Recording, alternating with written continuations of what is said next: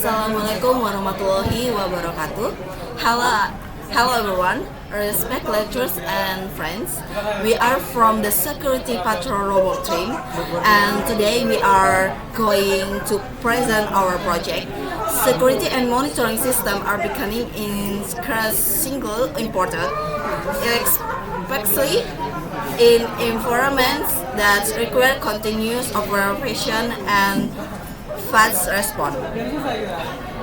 Therefore, we developed a security robot patrol system that combines robotic, artificial intelligence, and communication technology to support security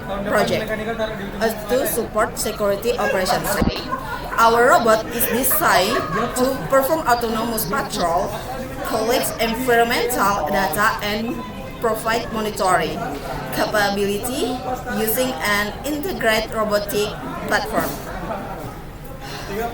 In this presentation, we will explain our system without further ado, and let's begin our presentation. In the mechanical, explained by Afif.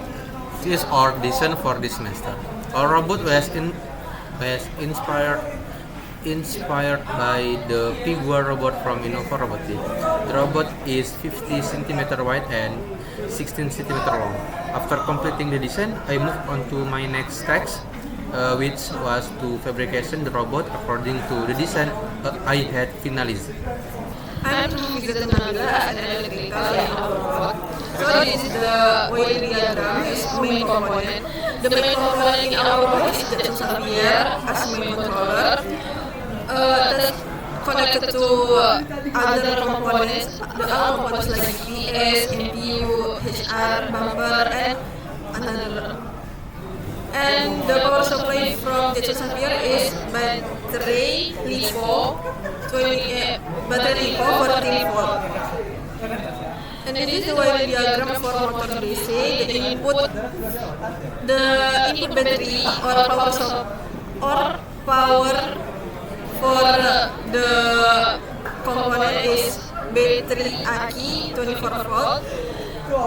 The controller for the motor DC is a ESP32. One ESP control two driver motor. So we have two ESP32 for control the four DC driver motor, and one driver motor control one motor DC.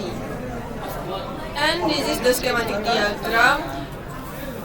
The schematic diagram is connected to each other component like Jetson, GPS, and the other components. And this is the currently semester I designed the PCB, and this is the PCB design I designed from ISIEDA. PCB for motor DC, and this is we have drill for driver motor and two ESP for control driver motor, and we have step down and the pin header for connected to Jetson. Hello, I'm Androna Putra, and today I'm going to present the progress of IM project and tracking control. So, our main target for this semester is to make the robot have actually 2 words at a 2-meter target distance using a closed loop feedback system. If you look at the flowchart on the left, the distance controller calculates the target speed, which goes into the PID controllers for both the left and right motor driver.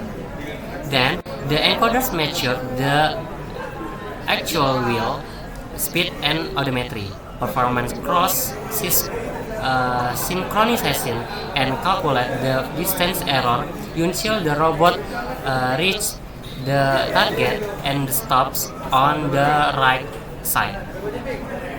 no, on the right side here are the key method I have implemented so far. First, I use a distribution ambient control. For velocity and motion control, I use PAD controller paired with the feed forward control, anti-redraw, and integral lock and PWM saturation. To read and clean up sensor noise, I use quadrant encoder feedback with low space filter and moving appearance filter. For steering and path tracking, I implement deep reckoning algorithm, cross synchronization, different drive control, and heading control. And lastly, for system baffler, we have steer mode PSM and four main operating modes: normal, stops, obstacle stop, and step up and down. Next. Now moving on, our actually testing data from a straight line test over an 18-meter distance. On the top left graph, this shows 20 consecutive raw sample of the leaf wheels. The speed ripple is pretty small, around 3 to 5 rpm. You can see the RL wheel runs consistently steadily above the FL wheel. Penjelasan baterainya, baterai laptop. On the top right graph for the right side, the FR and RR wheels are moving triggly together in the sense above we are still slightly below the set point in this specific window. From this 18-meter test run, we got four main results. First, the test was conditioned over a 18-meter straight line.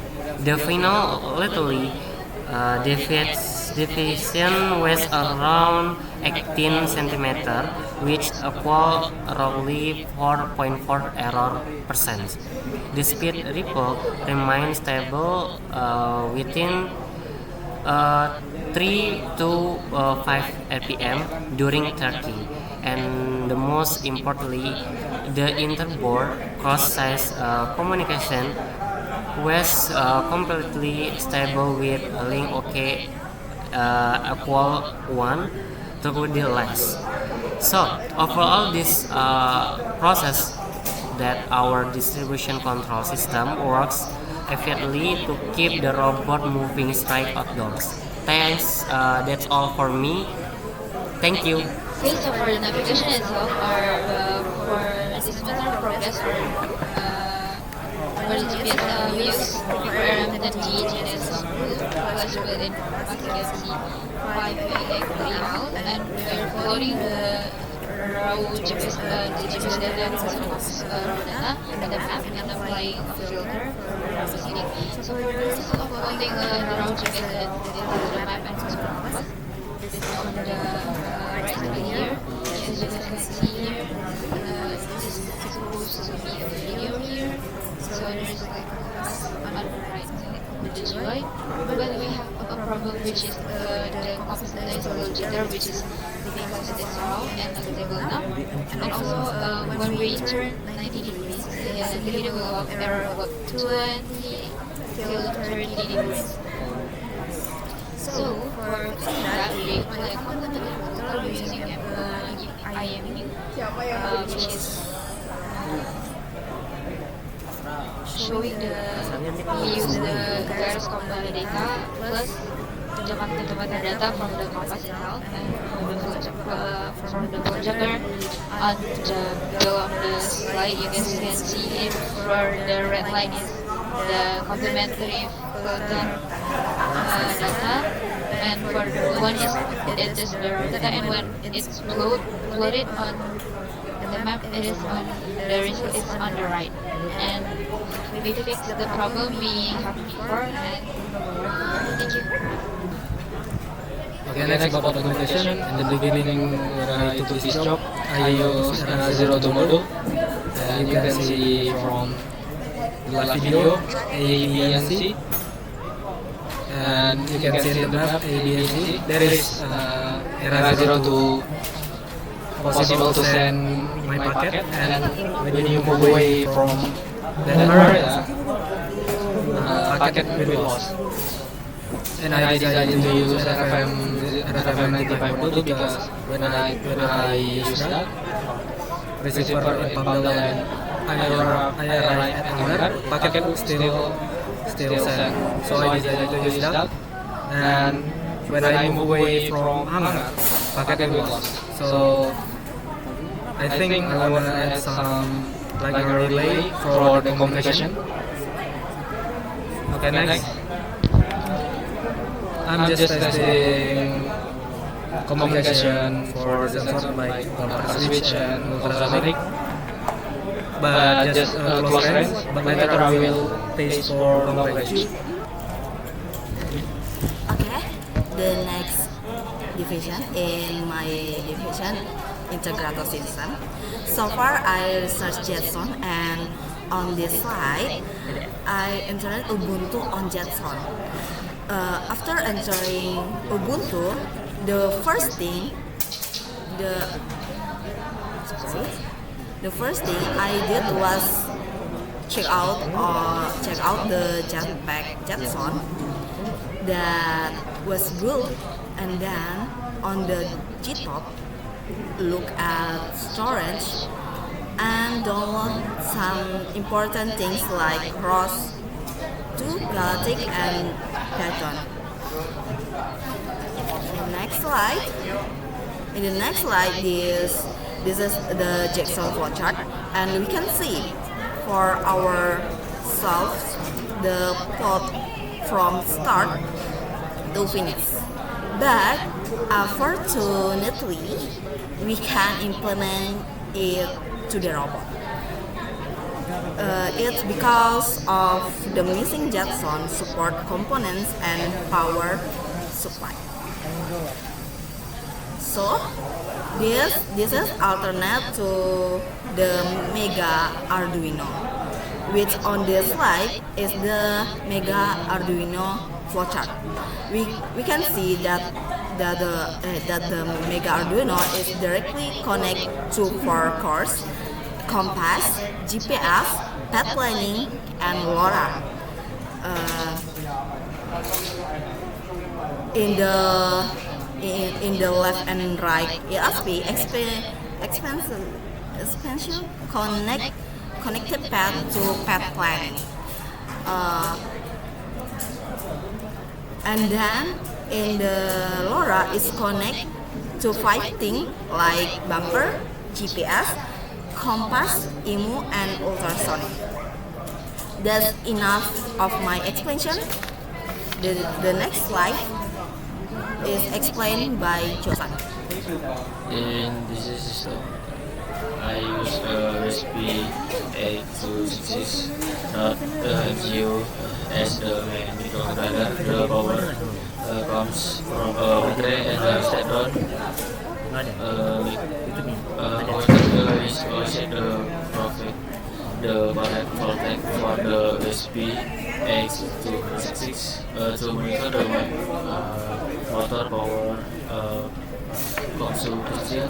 I use Bison 017 module together with a selang resistor. The module measure voltage, current, power, and energy. The measure that is transmitted charge that is 485 combination using a max 485 module and processed by the USB A26 in the real time. The setup need to monitor the electrical condition of the monitor during next, This is a graph saw the robot hitting at waypoint 1. After the beginning, hitting briefly latest 3, 5, 7, 9 degrees with its normal wraparound effect since 3, 5, 9 degrees and 0 degrees represent the same direction. After that, the healing gradually changes until this is about 23 degrees. This so the robot is able to adjust its orientation smoothly before moving to the next waypoint. Okay, next.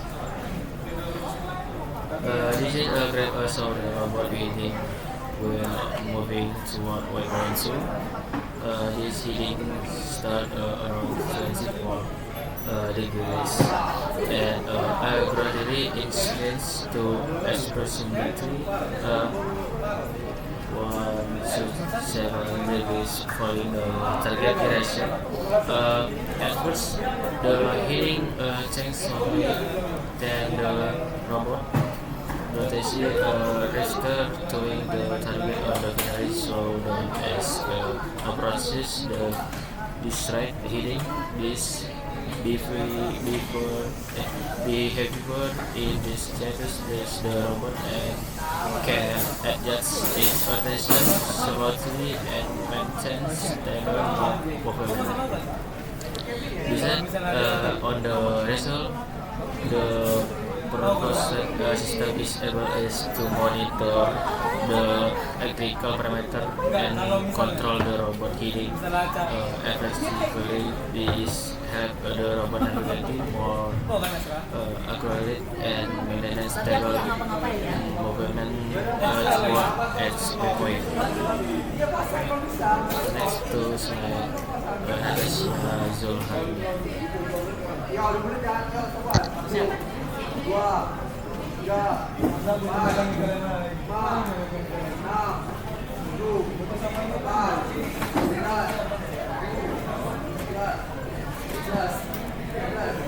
Hello everyone, welcome back.